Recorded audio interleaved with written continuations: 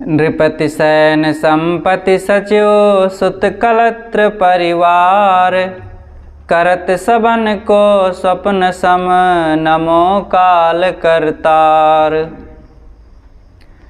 भर्तृहरि जी महाराज कहते हैं, नृपति सैन संपति सचिव सुत कलत्र परिवार। नृपति राजा को कहते हैं। राजा और राजा की सेना और बहुत बड़ा धन, पुत्र पत्नी और बड़ा परिवार, ये सब क्षण भर में समाप्त हो जाने वाला है। भर्तृहरि जी कहते हैं, ऐ काल करतार, यहाँ सब कुछ थोड़े समय में कुछ का कुछ हो जाता है। नमो काल करतार, सब सपने की तरह हो जाता है। बड़े बड़े राजाओं का राज्य, उनकी हुकूमत, उनका ऐश्वर्य आज कहाँ है?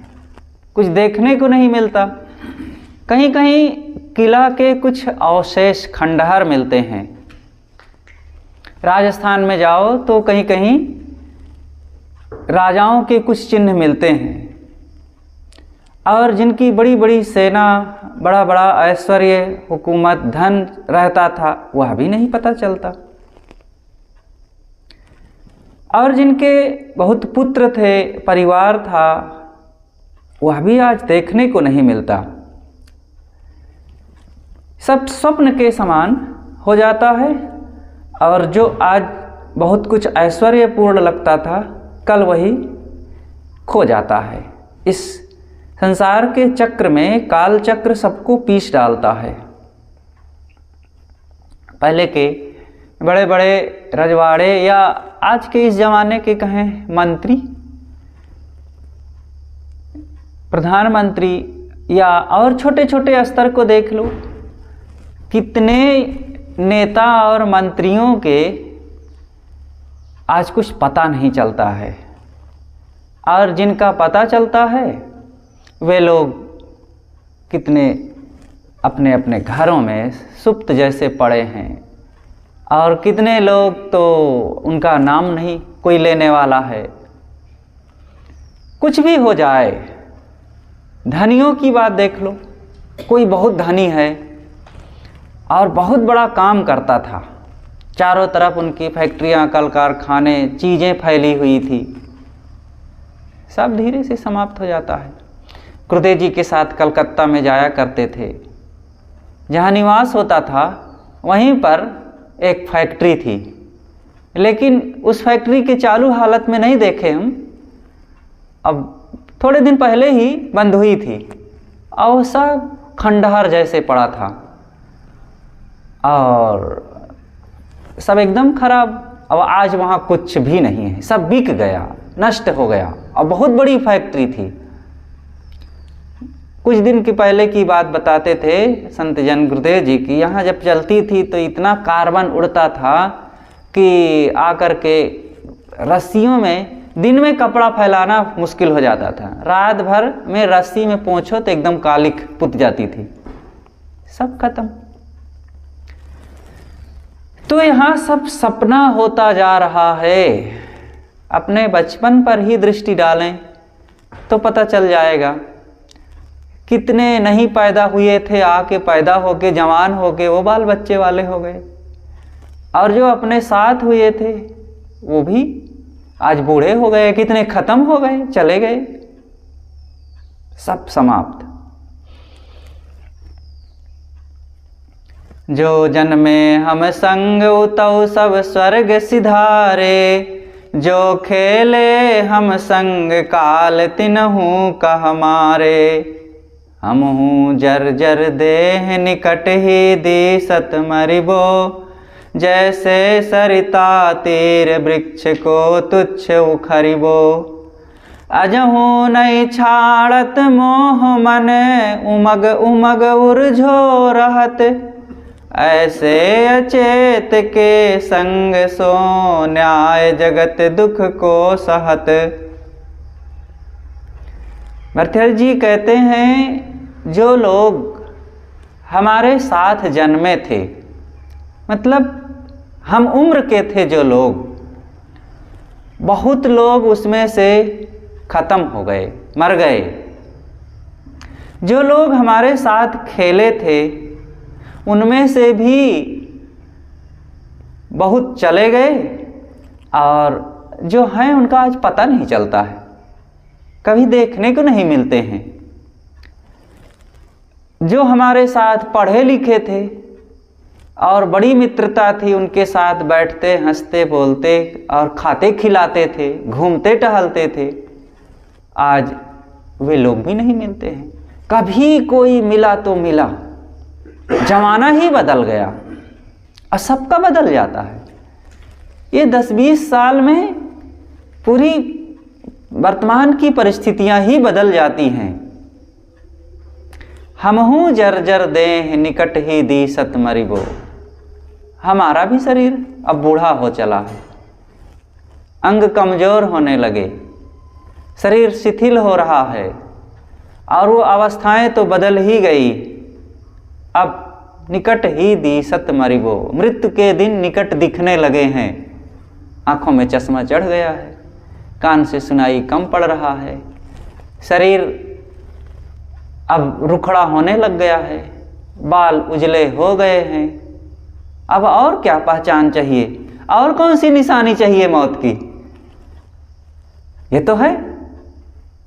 अब देखने वाले देख सकें तो देख ले, नहीं, लोग देखना नहीं चाहते हैं। 70 साल के हो जाएंगे फिर भी अभी मौत की याद नहीं करेंगे।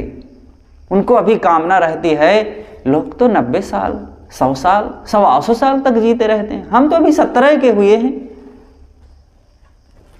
और ये बात नहीं याद करते हैं कि 20 में मर जाते हैं लोग। हम तो अभी 70 पहुंच गए तो बहुत बड़ी बात है, पहले मर जाना चाहिए था। नहीं, अपने अनुसार लोग सोचते हैं, मन के अनुसार। मन जैसी कामना करता है, जैसी उसकी धारणा होती है, वैसे सोचता है। अपने भी मृत्यु की याद करो। मृत्यु की याद करना अशुभ नहीं है, शुभ है। मृत्यु की याद करने से देह का, घर का, परिवार का, धन का, जवानी का, सुंदरता का, पद अधिकार का जो अहंकार चढ़ा हुआ है, ये अहंकार भारा के गिर जाता है और मन शांत होता है।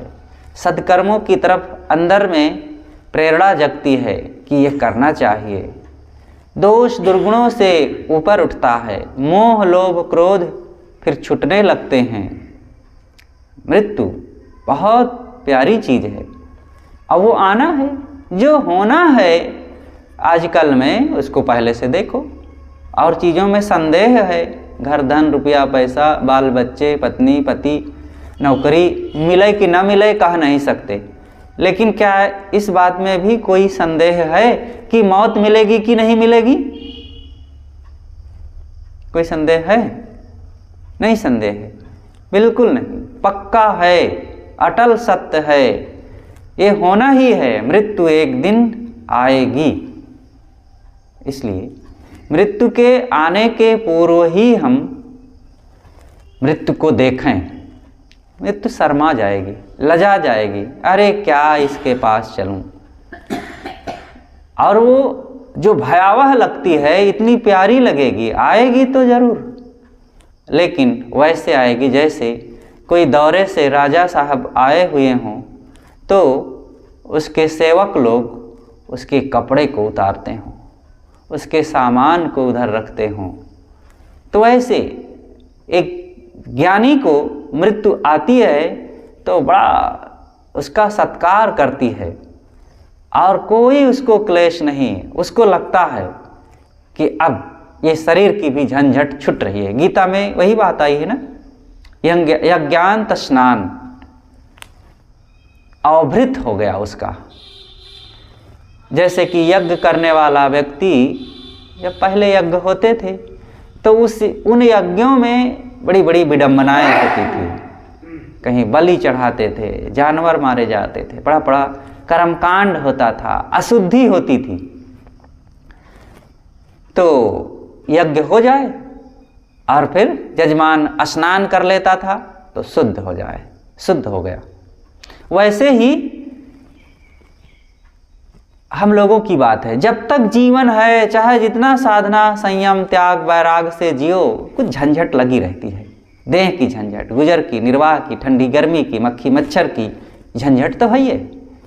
मृत्यु आ गई या ज्ञान स्नान हो गया स्नान, पवित्र जीवात्मा पवित्र अब निकल गया यहाँ से कूड़े कचड़े की देह से। और यही फिर अवभृत समाप्त, सब कुछ समाप्त।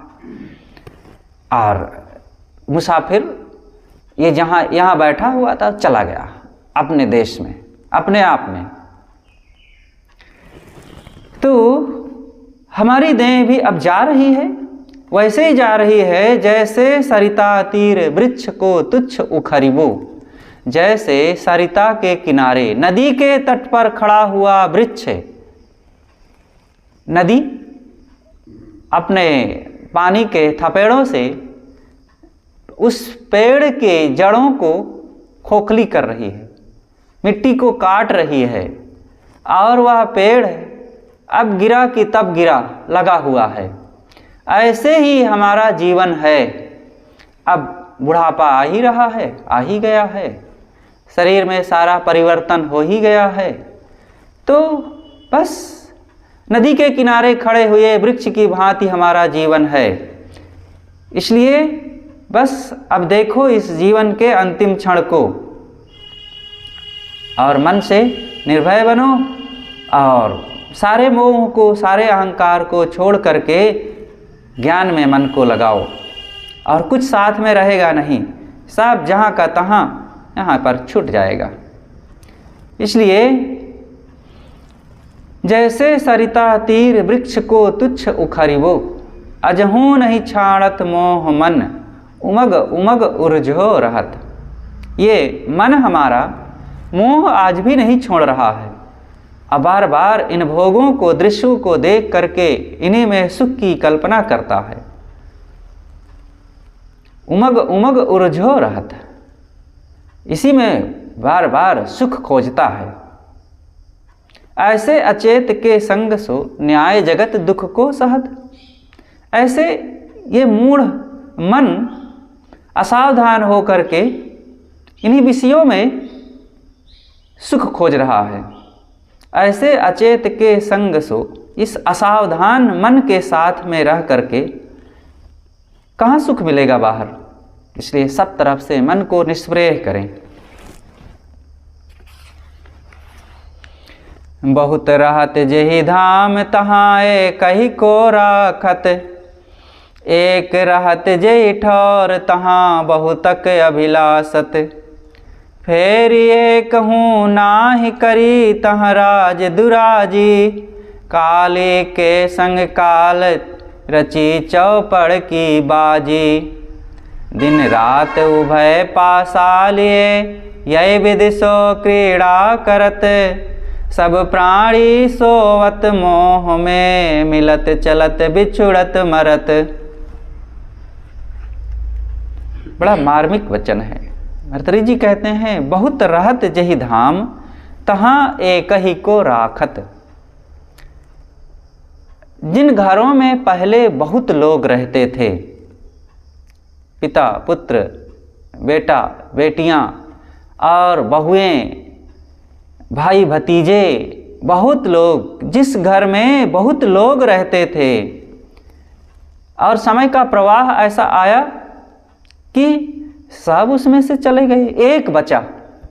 बहुत लोगों में से एक बचा, सब खत्म। कोई किसी ढंग से, कोई किसी ढंग से, कोई रोग बीमारी से, कोई के शादी विवाह हो गया चले गए, और कोई के बुढ़ापा के कारण खत्म हो गए चले गए, एक बचा। और जहाँ एक रहता है, समय का कुछ ऐसा प्रवाह आता है, कुछ दिन बीते, वहाँ बहुत लोग हो गए, घर भर गया, चारों तरफ गहमा गहमी, छोटे बड़े बूढ़े बुजुर्ग नर नारी, और खूब वहाँ पर किलकारियाँ हो रही है, सारे गामा पाधानी के स्वर निकल रहे हैं। और फिर समय ऐसा आया, फिर सब खत्म। ये ऐसा होता है।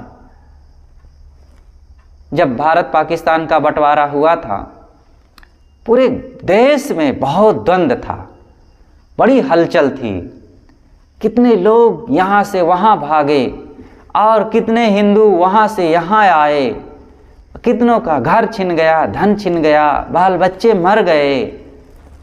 और पाकिस्तान से लौट करके एक लड़का आया था और कुछ भी उसके पास नहीं था, मात्र शरीर पर कपड़े थे। और चलते चलते फिर इधर गोंडा जिला में आया, उत्तर प्रदेश में, और एक जगह रहने लगा किसी के दरवाजे पर। थोड़े दिन बीते तो किसी के दरवाजे पर काम करने लगा। सुबह चला जाता, कोई काम नहीं मिलता था तो रात में झाड़ू लगा आता था।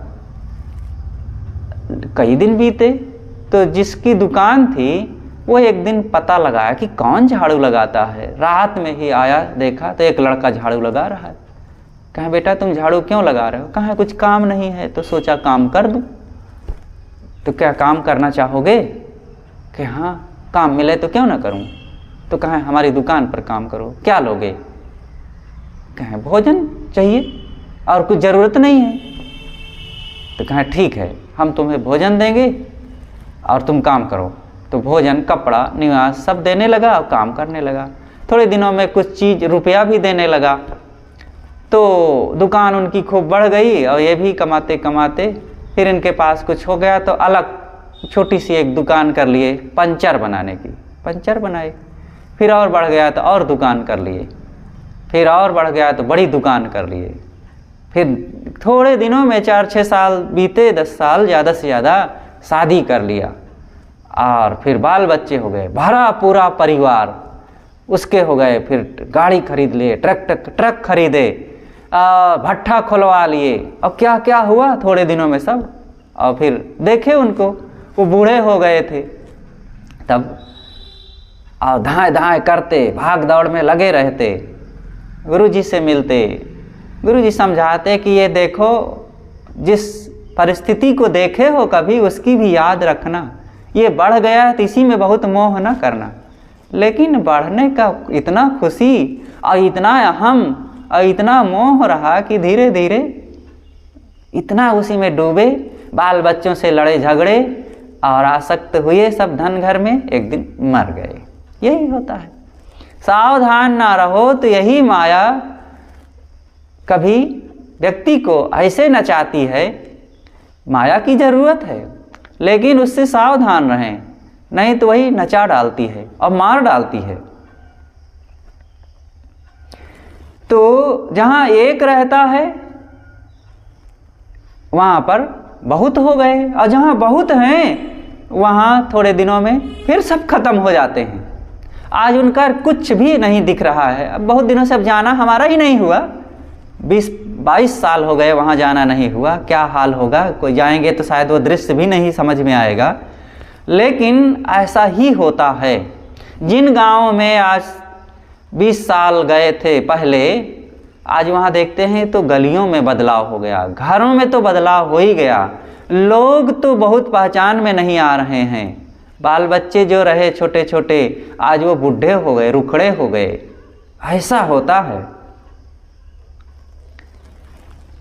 फिर एक हूँ नाही करी तहाँ राज दुराजी, वहाँ कोई ना रह गया और राज दुराजी हो गई। जहाँ राजकाज चल रहा था वहाँ दुराज हो गया, मतलब बदल गया। काली केसंग काल रची चौपड़ की बाजी। काल चौपड़ का खेल खेल रहा है। तो अब काल कोई खेल खेलता है और वो पासे फेंकने के लिए, और कोई दो होते हैं तभी ना खेलेंगे, अकेले थोड़े खेलेगा। जहाँ पर चौसर का खेल खेला जाता है 2 लोग होते हैं। तो यहाँ काल खेल रहा है, तो अब उसके साथ कौन खेल रहा है? काली के संग काल। काल और काली दोनों मिलके खेल रहे हैं। भर्तृहरि जी कल्पना कर रहे हैं कि वो काल खेल खेल रहा है, यहाँ सबको बदलने का, सबको मारने का खेल है।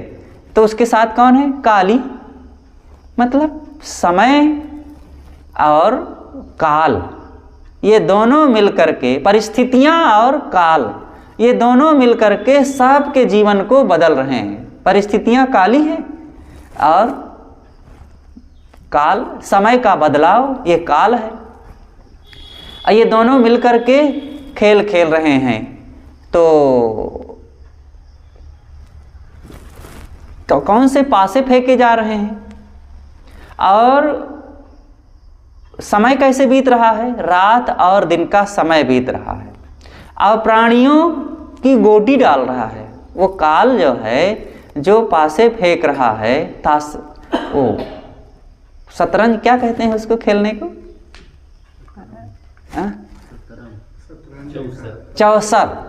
चौसर का खेल। तो ये जो काल और काली मिलकर के खेल रहे हैं, तो रात और दिन के पासा हैं और प्राणियों की गोटी बना करके वो फेंक रहा है। और इसी खेल में सभी प्राणियों के जीवन बीत रहे हैं। और सभी प्राणियों का जीवन कैसे बीत रहा है? सब प्राणी सोवत मोह में, मिलत चलत बिछुड़त मरत। काल के पेट में हैं सभी, और वहीं कोई चल रहा है, कोई दौड़ रहा है, कोई बैठ रहा है, और कोई मिल रहा, कोई बिछुड़ रहा, कोई आ रहा, कोई जा रहा। हम लोग सब काल के पेट में हैं। अब काल के पेट में सब भाग दौड़ रहे हैं, खा पी रहे हैं, सो रहे हैं, जाग रहे हैं, और माने हैं कि बड़ा आनंद है, बड़ा हम आ गए हैं, तो अब क्या पूछना, मेरा घर, मेरा देश, मेरी दुनिया, मेरी चीज़ें, मेरे बाल बच्चे, मेरी गाड़ी मोटर, और काल के पेट में है सब। वही कल जो बात कही गई कि मेढक को सर्प ने पकड़ लिया, अभी निगला नहीं है, और मेढक अभी बाहर देख रहा है कि कीड़े कुछ आ रहे हैं, तो जीभ निकाल के भी कीड़ों को खा रहा है। सोचता है एक कीड़ा मिल जाए तो मैं खा लूँ थोड़ा, अब अपना सर्प के पेट में जाने वाला है। ऐसे हम लोग मौत के मुख में, उसके पेट में हैं, अब बस समाप्त होने वाले हैं। लेकिन थोड़ा सा और धन बटोर लें, थोड़ा सा और मोह माया बढ़ा लें, थोड़ा सा और रुपया पैसा कर लें, थोड़ा और देश दुनिया देख लें, देख लो, बढ़ा लो, खा लो, और ख़त्म सब। ये होना है। इसलिए जागें, समय को देखें और अपने जीवन को देखें। ये सदा संसार रहेगा, लेकिन हमारा जीवन नहीं रहेगा। इसलिए इस जीवन के रहते कुछ ऐसा कर लेना चाहिए कि जो जीवन के बाद भी काम आए और हमें खुशियां, आनंद देता रहे। जप तीरथ तरुणी रमण, विद्या बहुत प्रसंग, कहा कहा मन रुचि करे, पायो तन क्षण भंग। भर्तृहरि जी कहते हैं तप करना अच्छा है, तीर्थों में जाकर के भ्रमण करना अच्छा है, तरुणी के संग, नवयुवती या नवयुवक के साथ रह करके आनंद मनाना भी अच्छा है, और बहुत विद्या पढ़ लेना और दुनिया का बड़ा बड़ा ज्ञान प्राप्त कर लेना भी अच्छा है, बहुत धन बटोर लेना भी अच्छा है, और बाल बच्चे को पैदा करके उसमें हर्षित रहना और उनके साथ राग रंग करना और आनंद विलास मनाना, ये सब अच्छा है। लेकिन कहा कहा मन रुचि करे, पायो तन क्षण भंग। कहाँ कहाँ मन को लगाओगे? अरे इस क्षणभंगुर देह पाए हुए हो, कहाँ कहाँ सुख भोगोगे? कितने दिन सुख भोगोगे? तप करना ठीक है, लेकिन सच्चे ढंग से तप करें। अब कोई ठाड़ेश्वरी हो गया है, ऊर्ध्वबाहु हो गया है, जल सैनी हो गया है, पंचाग्नि तापता है, कांटों में सोता है, जमीन में गड़ गया है और कपड़ों को त्याग दिया है, मौन हो गया है, ये सब तप कोई कल्याणदायी नहीं है, दिखावा है, मान बढ़ाई, यश कीर्ति पाने का लोभ है। इसमें जीव का कल्याण नहीं होता है। तीर्थों में घूम आओ, अगर लक्ष्य सही नहीं है आत्मकल्याण का, मन इंद्रियों के संयम का, और आत्मबोध का, तो घूम आओ। साहब ने एक जगह साखी में कहा है, सदगुरु कबीर ने, कि बैठा रहे सो बानिया, ठाढ़ रहे सो ग्वाल, और जागत रहे सो पहरुआ, अतः इधर खायो काल।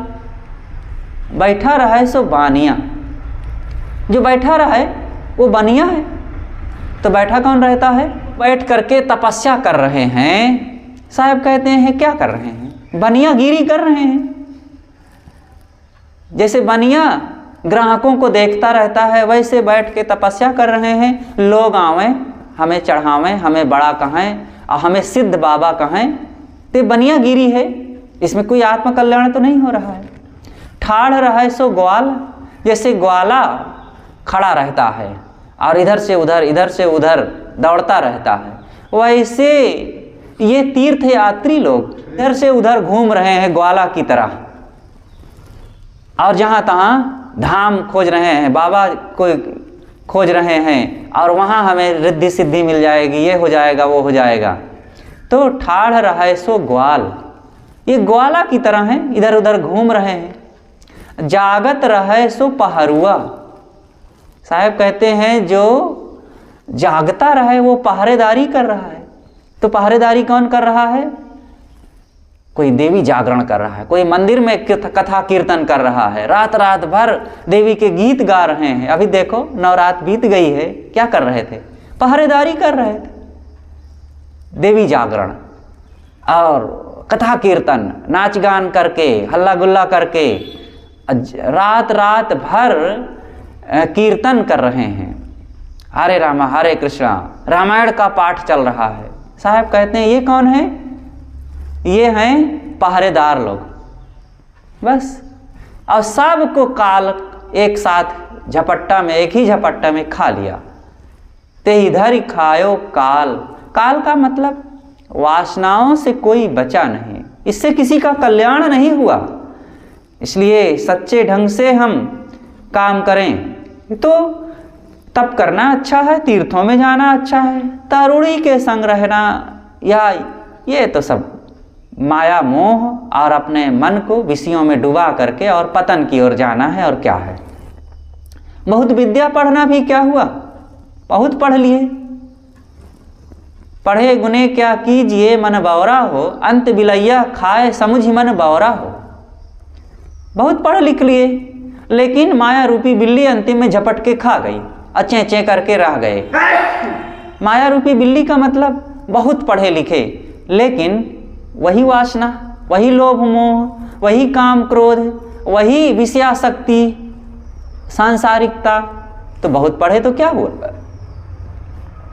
पढ़ने लिखने का मतलब है अंदर में सद्बुद्धि जग जाए, और सद्बुद्धि की पहचान है कि आत्मबोध, आत्मकल्याण को हम समझें। और आत्मकल्याण वही किया है जिसने सारी विषयासक्ति को त्याग करके संसार के मोह से ऊपर उठ गया है। तो ये पढ़ाई लिखाई का मतलब होना चाहिए, लेकिन यह तो किए नहीं। कहा कहा मन रुचि किए पायो तन क्षण भंग। इसलिए खास काम में मन को लगाओ। अनंत शास्त्रम बहुलाश्च विद्या अल्पश्च कालो बहुविघ्नता च यत् सारभूतम तदुपासनीयम हंसो यथा क्षीर मीवाम्बु मध्यात्। बहुत शास्त्र हैं, बहुत सी विद्याएं हैं, समय थोड़ा है और विघ्न बाधाएं भी बहुत हैं। इसलिए यत् सारभूतम तदुपासनीयम, जो सार है आपके लिए उसी की उपासना करो। जो कल्याणकारी है, जो शांतिदायी है, जो कर्तव्य और करणीय है, वही करो। इधर उधर हास परिहास में, मनोरंजन में और दुनिया को रिझाने में समय ना बिताओ। समय आज का बड़ा अनमोल है, इसलिए खास काम करो।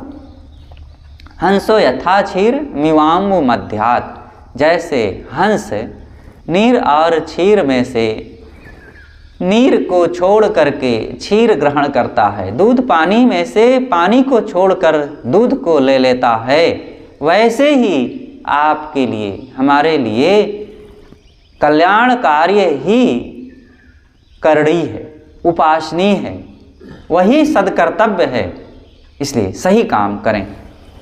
ब्रह्म ध्यान धर गंग तट, बैठो गो तज संग, कब धो वह दिन होए गो, हिरन खुजावत अंग। मेरे वे दिन कब आएंगे जब मैं अंतर्मुख होकर के, पूरी दुनिया से अलग होकर के, गंगा के किनारे जा कर के ध्यान में बैठूंगा और ध्यान में आत्म बोध और आत्म स्थिति के उस साधना में इतना निमग्न हो जाऊंगा कि मुझे कुछ पता ना चले और बैठा रहूं। हिरन आकर के मेरी बैठी हुई उस दशा को वो सोचे कि कोई चीज़ रखी हुई है और आकर के अपनी पीठ मेरी देह से खुजलावें और मैं ध्यान में मग्न रहूं। वो दिन मेरे कब आएंगे? ये वैराग्य की उत्कर्षता है। साधक को ऐसा भाव रखना चाहिए। ब्रह्म ध्यान यहाँ आत्म ध्यान है। ब्रह्म का कोई अलग अस्तित्व थोड़े है। बृहत्वाद ब्रह्म, जो निरंतर बढ़े वो ब्रह्म है। और ये आत्म तत्व निरंतर ज्ञान की रश्मियों को बिखेरता चलता है, निरंतर जानता है, समझता है। यही तो ब्रह्म है। ज्ञान ही ब्रह्म है। हमारे ऋषियों ने देखो कहा है, अहम ब्रह्मास्मि, मैं ही ब्रह्म हूं। मैं कौन है? आत्मा। तो उन्होंने कहा अहम ब्रह्मास्मि। तो पूछने वाले ने प्रश्न किया कि आप ब्रह्म हैं? उसके बाद तो उन्होंने कहा कि तत्त्वमसि, तू भी वही है, तू भी ब्रह्म है। कहा अच्छा, आप ब्रह्म हैं और मैं ब्रह्म हूं, और लोग? तो कहा अयम आत्मा ब्रह्म। ये सब आत्माएं ब्रह्म हैं, सब भगवत स्वरूप हैं। आत्मा ब्रह्म होने से मैं आत्मा, इसलिए मैं ब्रह्म हूं, तू आत्मा, इसलिए तू भी ब्रह्म है। ये सभी लोग आत्म स्वरूप हैं, इसलिए ये सब ब्रह्म स्वरूप हैं। कहे महाराज एक बात बताइए, ये मैं तू यह का क्या चक्कर है? तब ऋषि कहते हैं प्रज्ञानम ब्रह्म, ज्ञान ही ब्रह्म है। जहाँ जहाँ ज्ञान है और जहाँ जहाँ जानने की दशा है वो सब ब्रह्म स्वरूप हैं। मतलब ये प्राणियों में ही ज्ञान को देखो और यही सब ब्रह्म हैं। तो भर्तृहरि जी महाराज कहते हैं कि मैं आत्मस्थिति के लिए, स्वरूप स्थिति के लिए किसी एकांत स्थल में जा कर के ध्यान करूंगा। इन्होंने गंगा के किनारे कहा। अब गंगा के किनारे जाओ, बैठ जाओ और बैठ कर के ध्यान करो। कितनी देर करेंगे? थोड़ी देर में धूप आ जाएगी, गर्मी आ जाएगी, मच्छर काटेंगे और फिर चरवाहे आ जाएंगे, बाबा यहाँ काहे बैठे हो? तो झंझट हो जाएगी वहाँ। हमारे देखो साहब एक दिन गए थे ध्यान करने और एक ही 2 घंटा में फिर आ गए भाग के। तो जहाँ मिल जाए, एकांत जहाँ मिल जाए, चाहे नदी के किनारे मिले, चाहे पेड़ के नीचे मिले और चाहे पर्वत की गुफाओं के नीचे आसपास मिले, पर्वतीय जगहों में, अथवा भक्तों का घर हो, अथवा आश्रम का एकांत स्थल हो। आश्रम में देखो सब लोग बैठते हैं ध्यान में और ये कितना सुविधाजनक है। एक साथ होते हुए भी, कई लोग होते हुए भी सब अपने आप हैं। ये गंगा के किनारे से बहुत अच्छा है। वहाँ तो बड़ी बड़ी झंझटें हैं, विघ्न बाधाएं हैं, प्रपंच खड़ा हो जाता है। और यहाँ कोई ऐसा प्रपंच नहीं। सब एक लक्ष्य वाले और एक काम करने वाले और एक दूसरे का सहयोग करने वाले। बस करो ध्यान, मस्त रहें। तो साधक को पिनक में नहीं आना चाहिए कभी। पिनक में पढ़ने से ध्यान नहीं होता है कि वहाँ चला जाऊँ ध्यान करता रहूँगा। अरे वहाँ चले जाओगे, वहाँ कुछ और आ जाएगा। वो गैवानंद की चिट्ठी याद करें, गुरुदेव जी के मुख से सुनते रहे। एक पहले पत्रिका निकलती थी, अब वो बंद हो गई। तो उसमें बहुत सारी बातें होती थी। एक प्रसंग रहता था गैवानंद की चिट्ठी। तो गैवानंद जी एक संत थे, वो आसाम के जंगलों में गए और वहाँ घूमते रहते और उनको बड़ा पसंद आया। तो उन्होंने अपने शिष्यों से कहा कि यहाँ बहुत अच्छा है, बहुत एकांत है, साधना के लिए बहुत अच्छी जगह है, कोई विघ्न बाधा नहीं है, तो यहाँ कोई ध्यान करना चाहे तो आ सकता है। लेकिन हाँ, अगर वो आना चाहे तो आ जाए, साथ में कुछ कोहड़ा, लौकी, मूली, तोरई आदि के बीज लेते आवे। अब बीज किस लाने से केवल काम नहीं बनेगा, फावड़ा लेते आवे, कुछ खुरपी लेते आवे, तो यहाँ गोड़ना पड़ेगा, कुल्हाड़ी लेते आवे और लकड़ियाँ काट के बाड़ा बनाना पड़ेगा। जानवर आते हैं, सब चर जाएंगे। और फिर बाल्टी उल्टी लेते आवे, यहाँ पानी पीने के लिए दूर झरने में जाना पड़ता है। और कुछ और लाठी डंडा भाला भी लेते आवे, क्योंकि जंगली जानवर आते हैं, उनसे अपनी रक्षा करना पड़ेगा। और फिर कुछ झोपड़ा बनाना पड़ेगा, माचिस लेते आवे, आग जलाना पड़ेगा, रात में हाथी आ जाते हैं तो जला के रखना पड़ेगा। इतना प्रपंच बताए तब ध्यान करेंगे? अरे भाई, घर में रह करके वहीं ध्यान करो, अपनी अपनी जगह में, आश्रम में बैठकर संतों के बीच में बढ़िया साधना करो और ध्यान करो, मन को एकाग्र करो, तब ये काम बनेगा साधना का। और नहीं तो ये तमाम प्रपंच सामने आ जाएगा और कुछ यहाँ पर ये झंझट कुछ नहीं होनी है। इसलिए ब्रह्म ध्यान धर गंग तट बैठोंगो तज संग, कबधों वह दिन होएगो हिरन खुजावत अंग। भर्तृहरि जी कहते हैं कि मैं एकांत में बैठ करके ध्यान करूँगा। भला मेरे लिए वो दिन कब आएंगे जब मैं एकांत में बैठूं, ध्यान में रहूँगा और हिरन आकर के मेरे पीठ से वे अपनी पीठ खुजलाएंगे।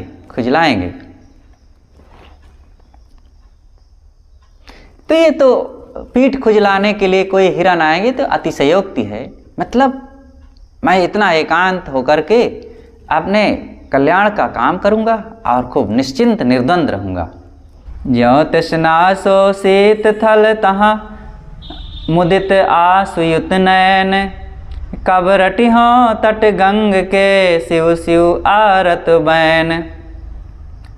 ज्यों तृष्णा सो शीत थल तहाँ मुदित आसुयुत नयन।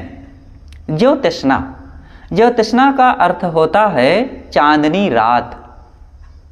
रात में जब चंद्रमा निकला हुआ हो और शरद ऋतु की रात हो, तो वो रात चंद्रमा के प्रकाश से सजी हुई बड़ी सुहानी लगती है। इस समय शरद ऋतु चल रही है।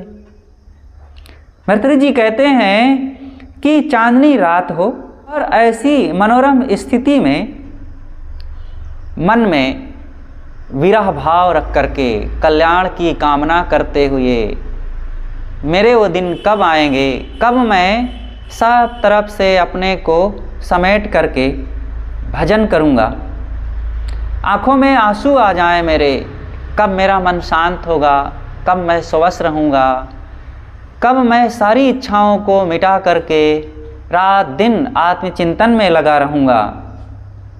भर्तृहरि जी कहते हैं मुदित आसुयुत नयन, करुणा विगलित हो करके, आँखों में आंसू भर करके मैं आत्म कल्याण की भावना को रख करके एकांत में बैठा रहूँगा।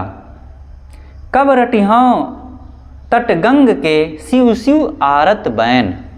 गंगा के किनारे बैठ करके मैं शिव की उपासना करता रहूँगा।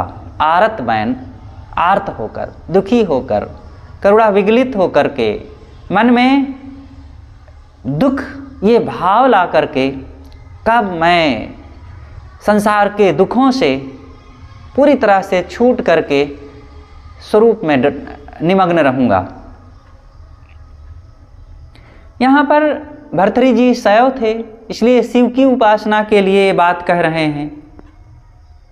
हम आत्म उपासना में रहें, अपने स्वरूप की याद करें।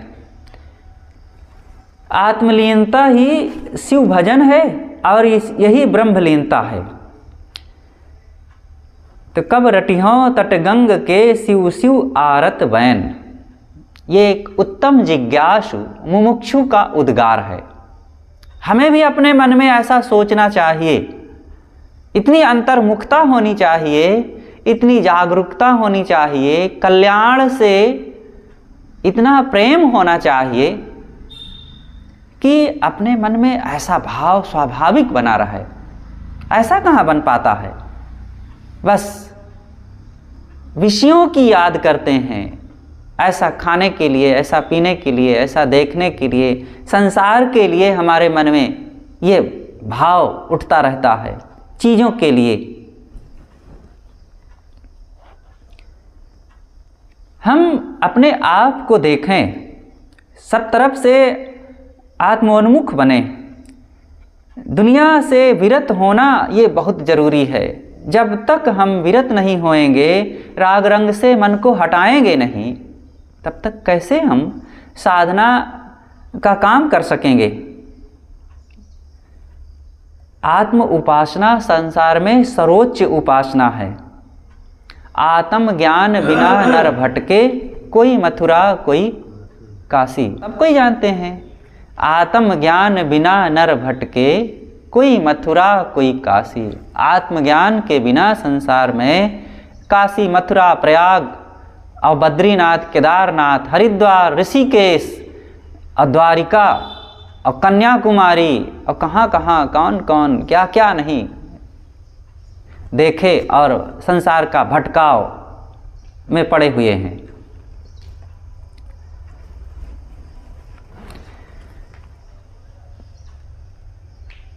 देव ईश सुर सर सहित दिशा वसन गिर गए हैं, सुरहित कालवट कामिनी व्रत अदैन्य सुखे हैं। देव ईश सुरसरी सहित दिशा वसन गिर गए हैं। एक एक शब्द बहुत मनन करने योग्य है। देव ईश मतलब आत्म उपासना। भर्तृहरि जी के उपासना के आधार शिव जी हैं। शिव उपासक हैं वे, तो अपने इष्ट की वे उपासना कर रहे हैं, उनकी याद कर रहे हैं।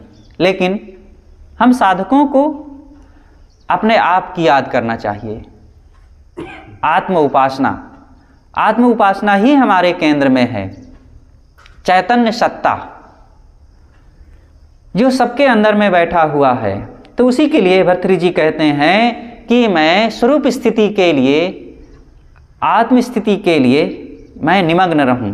देव ईश सुरसरी सहित, सुरसरी का मतलब होता है गंगा का तट।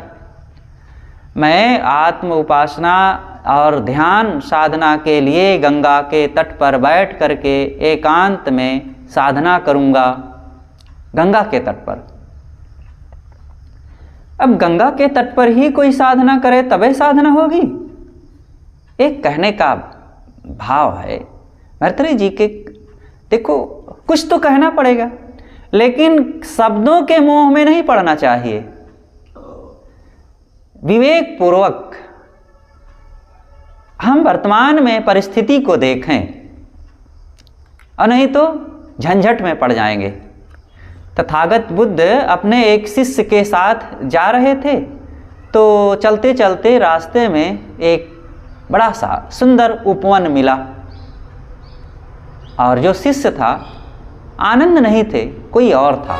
आनंद के जब तथागत बुद्ध की सेवा में लगे थे उसके पहले की बात है। आनंद तो तथागत बुद्ध के 49 साल की उम्र में सेवा में लगे हैं, और उसके पहले कोई और सेवा में था। तो गुरु शिष्य दोनों जा रहे थे, और वो शिष्य तथागत का चीवर पात्र लिए था, उनका कुछ सामान जो था वो लिए था। रास्ते में देखा कि ये सुंदर उद्यान पड़ा है, और उसे बड़ा अच्छा लगा। तो बुद्ध से कहता है कि भगवान, ये तो बहुत बढ़िया जगह है, ध्यान करने लायक है, यहाँ मेरा मन होता है ध्यान करने का। तो बुद्ध ने कहा कि देखो, चलो आगे चलते हैं, और जहाँ पहुँचेंगे, जिनके यहाँ चलना है वहाँ फिर ध्यान करेंगे। अब जहाँ चलना है वहाँ ज़रूरी है कि यहाँ बैठ के ध्यान करना, कि नहीं मेरा तो बड़ा मन है यहीं ध्यान करने का। कहा ये अच्छा नहीं है, चलो। नहीं भगवान, ऐसी जगह फिर नहीं मिलेगी, मेरा तो बहुत मन हो रहा है, लीजिए आप अपना चीवर पात्र और मैं यहीं ध्यान करूँगा। और वो ऐसा मूर्ख साधु शिष्य रहा कि तथागत का सामान सब दे दिया और अपना ध्यान करने के लिए बैठ गया। तथागत चले गए, ठीक है भाई, ले ध्यान करो, और चले गए। और जैसे वो ध्यान में बैठा, जिसका बगीचा था वो आया और जिस पेड़ के नीचे बैठा था वो साधु, उसी पेड़ से उसको लकड़ी काटना था, और आया पेड़ पर चढ़ के उठो उठो कुल्हाड़ा मारने लगा। तो अब इसका ध्यान कहाँ से लगे? तो गुस्सा के मारे उठा, कहता है कैसा आदमी है, देखता नहीं है मैं ध्यान कर रहा हूँ और तू यहीं आकर के लकड़ी काटने जाए और कहीं काट। तो वो कहता है कि भगवान, मालिक ने जिस पेड़ से लकड़ी काटने को कहा है उसी को तो काटूंगा, आपको ही कहीं ध्यान करना है तो चले जाइए अलग, मैं कहे को चला जाऊं। अब वो झुंझला करके उठा और उठाया अपना सामान, चल दिया। अब पहुंचा बुद्ध के पास, तो बुद्ध ने कहा कि ध्यान कराए। कह क्या महाराज, भगवान वहाँ क्या ध्यान करता है, मैं ध्यान में बैठा तो वो पेड़ काटने के लिए आ गया। कह मैंने कहा था ना कि चलो जहाँ पहुँचेंगे वहाँ ध्यान करेंगे, अब तुमको तो ध्यान करने की सनक लग गई थी वहाँ। गुरु आज्ञा में रहना और उनके निर्देशों का पालन करना ये ध्यान ही है। और जो मनमानी करेगा वो ध्यान कर पाएगा कहीं? मान लो वो न आता काटने के लिए, तो क्या तुम्हारा मन प्रसन्न रहता? अंदर में कचोटता कि मैंने गुरु की बात को नहीं माना और मैंने नियम में नहीं चला। इसलिए नियमों का पालन होना चाहिए, मर्यादाओं का पालन होना चाहिए, गुरु आज्ञा का पालन होना चाहिए और जीवन में एक नियम बना करके रहा जाए। और नियम बना करके नहीं रहेंगे तो ये संसार हमें अपने लक्ष्य की ओर आगे बढ़ने ही नहीं देगा। वो आप लोगों ने सुना होगा, फिर से सुने, कि एक बार एक कुत्ता और गधा में प्रतियोगिता हो गई कि आगे एक सिंहासन है राजा का, वहाँ चल करके दौड़ करके कौन पहले वहाँ बैठ सकता है, और जो बैठ लेगा वो राजा बन जाएगा। तो कुत्ता तो सोचा था कि मैं ही पहुँचूंगा आगे, ये गधा कहाँ मेरे बराबरी कर पाएगा। और जैसे ही दौड़ शुरू हुई तो कुत्ता दौड़ा और सोचा कि बस मैं पहुँचा है, बैठा सिंहासन पर। और जैसे ही चला, चार कुत्ते आकर के झाँव झाँव करने लगे और उसको रोक लिए और खूब लड़ाई हुई। उसका कहीं पुट्ठा कट गया तो कहीं कान फट गया तो कहीं खोपड़ी में घाव हो गया तो कहीं और कुछ हो गया। अब वहाँ से छुट्टी पाया तो आगे बढ़ा उदास मन से, तो आगे फिर चार कुत्ते मिल गए। यही करते करते वो आगे बढ़ ही नहीं पाया और गधा मस्त आराम से चलता रहा, पहुँच गया, सिंहासन पर बैठ गया। क्यों? हम क्या बनना चाहेंगे? भले कोई कह दे ये गधा है, अरे नादान है, ये नहीं जानता है, इसको तो अकल ही नहीं है, ये तो कुछ गा ही नहीं पाता है, ये तो कुछ प्रवचन ही नहीं कर पाता, ये तो बहुत घूम ही नहीं पाया है, वो गुजरात गया ही नहीं है, ये तो महाराष्ट्र भी नहीं गया है, ये तो बंगाल भी नहीं घूमा है, कलकत्ता गया ही नहीं है। काहे? अब बहुत घूम लेंगे तो क्या होगा? पर्यटन अब करने लगे गुजरात, मथुरा, बम्बई, अब खूब घूम लो, लेकिन वही कुत्ते का हाल होगा, नोच डाले जाएंगे कहीं ना कहीं। ये माया रूपी कुतिया सब जगह है नोचने के लिए, इसकी कमी नहीं है। इसलिए शांत सादे सरल बनो और गुरु की मर्यादा में रह करके, नियमों में चल करके अपने मन इंद्रियों को पहचाने। ये अंदर में राक्षसी बैठी हुई है और कब चीर फाड़ के खा जाए पता नहीं चलता है। और अंदर में लगता है कि हमारा ज्ञान बोल रहा है, हमारा विवेक बोल रहा है, विवेक नहीं, वो माया बोल रही है, कहती वहाँ चले जाओ, वहाँ चले जाओ, वो लुकारती है, दौड़ो दौड़ो, वहाँ सुख है, वहाँ सुख है, और वो सुख उख नहीं है, और वहाँ हमारा विनाश रहता है। इसलिए शांत सरल हो करके अपने मन को पहचाने, साधना करें और मर्यादा में रह करके ही कल्याण होता है। तो भर्तृहरि जी कहते हैं कि सुरसरी सहित, सुरसरी गंगा के तट पर हम बैठें और भजन करें, गंगा का तट का मतलब कोई शांत एकांत, जहाँ गुरु संतों का सानिध्य हो, उनकी छत्र छाया हो, सत्संग का आधार हो, और जहाँ पर ध्यान करने का एकांत स्थल हो, वो है वो सज्जनों संतों गुरुजनों का सानिध्य और एकांत वो स्थल, चाहे घर हो, चाहे नदी का किनारा हो, चाहे एकांत पर्वत की जगह हो, और चाहे खेत वन बाग हो, कोई भी जगह हो। दिशावसन, दिशावसन एक साधक की अंदर से इच्छा है कि कुछ नहीं चाहिए, दिशाएं ही वसन जिसकी हो जाए। वसन मतलब कपड़ा, मतलब कुछ पहनने का शौक ना हो। अब कोई दिशाओं को वसन बना ले, नंगा रहे, तो नंगा रहने वाला जंगल में जाए, फिर एकांत, वो मनुष्यों की ज़रूरत नहीं है और बस्ती में आने की ज़रूरत नहीं है। अब चला जाए वहाँ जंगल में रहे तो जंगल में गुजारा होगा, अब पहले जैसा फल नहीं मिलेगा। नदियों के झरने भी अब सूख गए हैं और जंगल है भी नहीं कहीं, और कहीं जंगल मिल जाएगा तो वहाँ बड़ा बड़ा झंझट है। इसलिए दिशा वसन करने के चक्कर में ना पड़े, जो मिल जाए मोटा महीन उसी को पहने, चमकाए ना दिखाए ना, जो सहज मिल जाए, यही जरूर कहने की बात है यहाँ। और गिरिगेह, गिरिगेह का मतलब पर्वतों की गुफाएं। अब पर्वत की गुफा में जाने के लिए ये भी एक चक्कर है, गुफा में ध्यान होगा। गिरि विविर मतलब एक श्लोक में आया है, कुक्षेवनो दधीनाम, मतलब ध्यान करने की बात है कि वो पर्वत की गुफाओं में, समुद्र की तलहटी में, हिमालय की कंदराओं में और जंगलों के एकांत स्थल में वो ध्यान नहीं लगेगा। वो ध्यान लगेगा जब हृदय में बैठे हुए अपने स्वरूप की याद करोगे। और कहाँ याद होगा वो? जहाँ हो वहीं याद करो। मैं अपने आप की याद कहाँ कर सकता हूँ? अपने स्वरूप में कहाँ लौट सकता हूँ? कहीं भी एकांत में बैठूं और अपने इच्छाओं कामनाओं वासनाओं को शांत करके अपने अंदर में आ जाऊं और कहीं भी अपने आप की याद कर सकता हूँ। स्वरूप का स्मरण करने के लिए उपवास करने की जरूरत है, एकांत की जरूरत है, पर्वत पर चढ़ने की जरूरत है, समुद्र में घुसने की जरूरत है, गुफाओं में जाने की जरूरत है, कुछ जरूरत नहीं। बस अपने मन को शांत करने की जरूरत है, इंद्रियों को वश करने की जरूरत है और गुरु के निर्देश आदेश नियम की जरूरत है। बस ये काम हो जाएगा। सुहृत काल वट कामिनी, सुहृत काल का मतलब होता है कि सच्चा मित्र। समय ही, सुहृत माने मित्र होता है और काल माने समय। सही समय को पहचानो, समय ही मेरा मित्र बन जाए। जो समय है, जैसा समय है, मैं स्वस्थ हूँ, थोड़ा अस्वस्थ हूँ, खाने को बढ़िया मिल रहा है, नहीं बढ़िया मिल रहा है, रहने के लिए अच्छा सा घर मिल रहा है, झोपड़ी मिल रही है, और 4 लोगों के बीच हूँ या 10 लोगों के बीच में हूँ या अकेले हूँ, जैसा जो समय हो ऐसे समय को ही अपना मित्र बना लो और साधना करो। वट कामिनी, वट बरगद का पेड़ हो और वही मेरी प्यारी पत्नी है मानो, और उसी के साथ मैं रहूं।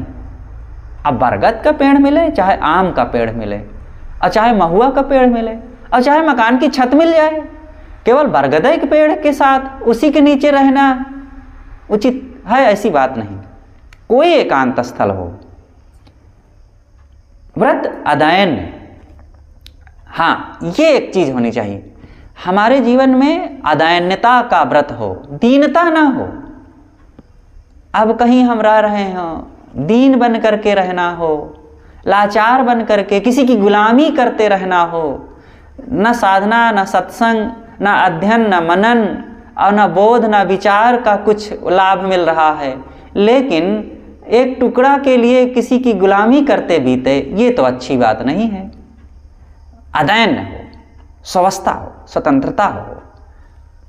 अब स्वतंत्रता के नाम पर भी फिर वहाँ कहना कि स्वतंत्रता के नाम पर मनमानी करना, जैसे तैसे जिंदगी को जीना, समय असमय कुछ करते रहना, ये ठीक नहीं है। इसमें भी विवेक की जरूरत है। सुख ये है, अंतिम में भर्तृहरि जी कहते हैं ये सच्चा सुख है साधक का। मतलब भजन करें, स्वरूप स्थिति की साधना हो, एकांत स्थल हो, और जो कुछ मिल जाए वही पहने, गुजारा कर लें उसमें दिशावसन। और गिर गए पर्वत की गुफाओं का एकांत स्थल हो, समय ही जिनका मित्र हो, और वृक्ष ही जिनकी कामनी हो, प्रिय पत्नी हो, और स्वस्थता हो, स्वतंत्रता हो मन की, ये साधक का सच्चा सुख है। मेरे वो दिन कब आएंगे कि जब मैं इन सब से संपन्न होकर के सुखी हो जाऊंगा। तो इस प्रकार से साधक को अपने मन की शांति के लिए ये सारी तैयारियां करना चाहिए, मन की ऐसी योग्यता को हासिल करना चाहिए। भर्तृहरि जी का ये जो वचन है बड़े मार्मिक है, इनका मनन किया जाए, निश्चित ही साधक के जीवन में वो शांति मिलेगी। कोई साधना करे तो विश्वास रखना चाहिए। साधना ही नहीं करते हैं, अपने जीवन में वो योग्यता ही नहीं लाना चाहते हैं, बस लफर्रा चाहते हैं, खदगौर। और खदगौर में मिला हुआ चीज़ वो कोई काम नहीं आता है। खदगौर का मतलब होता है जहाँ खाद पड़ी हुई हो, गोबर की खाद, जहाँ पर गैरी जिसे कहते हैं, वहाँ पर बहुत दिनों से लोग खाद का ढेर लगाए थे, और अब समय आया खाद को तो बिखेर दिए, लेकिन वो जगह जो है बड़ी उर्वर हो जाती है, और वहाँ पर कोई पौधा लगा दिया, फनफना करके बढ़ गया, और बढ़ गया, आंधी आई और गिर गया। बहुत ज़्यादा उर्वर शक्ति पा गए और बढ़ गया, और आंधी आई गिर गया। तो खदगौर पाने से बढ़ तो जाएंगे, लेकिन कब ढकिल जाएंगे ठिकाना नहीं है। इसलिए सहज रहो, सहज सत्संग साधना और गुरु संतों का सानिध्य, और स्वयं में मेहनत करके अर्जित की हुई साधना वो काम आती है। अचानक अनायास कहीं मिल जाएगी तो फिर वो काम नहीं आएगी, वो हमारे लिए हानिकारक हो जाएगी। इसलिए सही ढंग से सही दिशा में काम करना चाहिए। बस बोलिए सद्गुरुदेव की जय।